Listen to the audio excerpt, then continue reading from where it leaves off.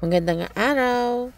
Magluto tayo ng special fried rice. Una, nagluto ako ng scrambled egg. Pinirito ko muna hiniwa ko mga spam o kaya kahit anong meatloaf. At isinunod ko na rin yung ating Chinese sausage. Pinirito ko muna ang mga ito at saka ko isinantabi muna. Painit ulit ako ng mantika at inilagay ko na yung ating bawang at sibuyas. Nang matansya ko ang luto na ay sinunod ko na rin yung ating mga gulay. Frozen green peas, corn, and carrots. Naglagay rin ako ng konting paminta at sinunod ko na rin yung ating spam at Chinese sausages. Naglagay rin ako ng kaunti na ginisa mix at isinunod ko na rin nga yung ating kanin. Basmati rice ang aking ginamit para buhaghag. Lagyan ko rin ng ibang pampalasa tulad ng toyo at ng kaunting asin. Pagkaraan ko nga haluing maigi ay inilagay ko na rin yung ating scrambled eggs. Tikman nyo muna bago nyo iserve. Voila! Ito na ang ating special fried rice. Kain tayo!